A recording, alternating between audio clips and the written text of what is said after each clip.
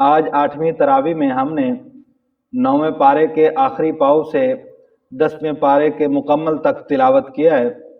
اس میں سورہ انفال میں مال غنیمت کے بارے میں اللہ تعالیٰ ارشاد فرماتا ہے کہ مال غنیمت کا 5واں حصہ بیت المال میں رکھا جائے۔ یہ اللہ اور اس کے رسول کا حصہ ہے تاکہ رشتہ داروں، یتیموں، مسکینوں اور مسافروں کے کام آئے۔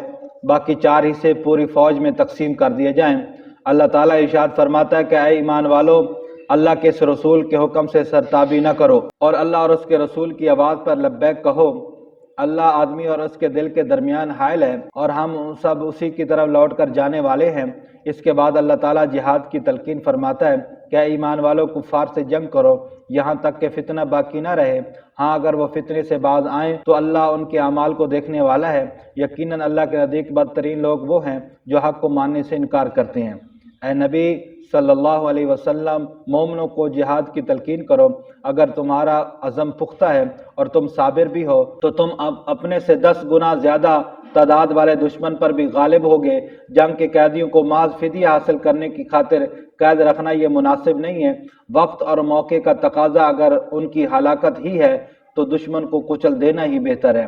اس کے بعد مہاجر اور انصار کے بارے میں ارشاد ربانی ہے، جو ایمان لائے اور جنہوں نے اللہ کی راہ میں گھر بار چھوڑا، ہجرت کی تکالیف اور اس کی رضا اور خوشنودی کی خاطر برداشت کی، اور دوسری طرف جنہوں نے انہیں پناہ دی اور مدد کی، وہی سچے مومن ہیں۔ ان کے لیے بخشش اور بہترین رزق ہے۔ مہاجر اور انصار بھائی بھائی ہیں لیکن ایک دوسرے کے وارث نہیں۔ اب سورہ توبہ شروع ہوتی ہے۔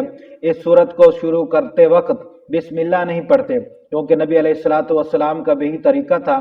اس سورت میں صلح حدیبیہ کا ذکر فرمایا گیا ہے کہ قریش مکہ نے حسد کی بنا پر حدیبیہ کے صلح نامہ کو توڑ دیا تھا۔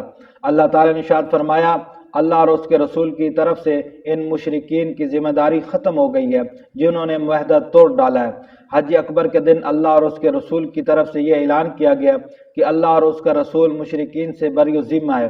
اس کے بعد حکم ہوا کہ مشرکین اللہ کی مسجدوں کے مجاور اور خادم نہیں بن سکتے، لہذا مشرکین کا حرم شریف میں داخلہ بند کر دیا گیا اور بیت اللہ کا برہنہ طواف ممنوع قرار دیا گیا۔ مسلمانوں کو ہدایت دی گئی کہ اگر تمہارے باپ اور بھائی بھی حالت کفر میں ہوں تو ان کو اپنا رفیق اور دوست نہ بناؤ۔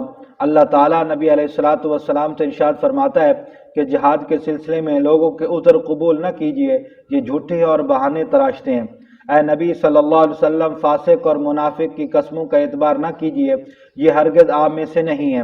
انہیں جب موقع ملے گا آپ کو چھوڑ کر بھاگ جائیں گے۔ منافق مرد اور منافق عورتیں سب ایک ہی ہیں، ان پر اللہ کی پھٹکار ہے، ان کی نماز جنازہ تک ممنوع قرار دی گئی ہے۔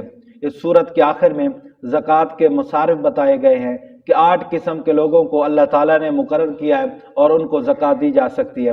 نمبر 1 غریبوں کے لیے، نمبر 2 محتاجوں کے لیے، نمبر 3 نظام زکوٰۃ کے کارکنوں کے لیے، نمبر 4 تالیف قلوب کے لیے، نمبر 5 غلاموں کی آزادی کے لیے، نمبر 6 قرض داروں کی مدد کے لیے، نمبر 7 اللہ کی راہ میں اور نمبر 8 مسافروں کی مدد کے لیے۔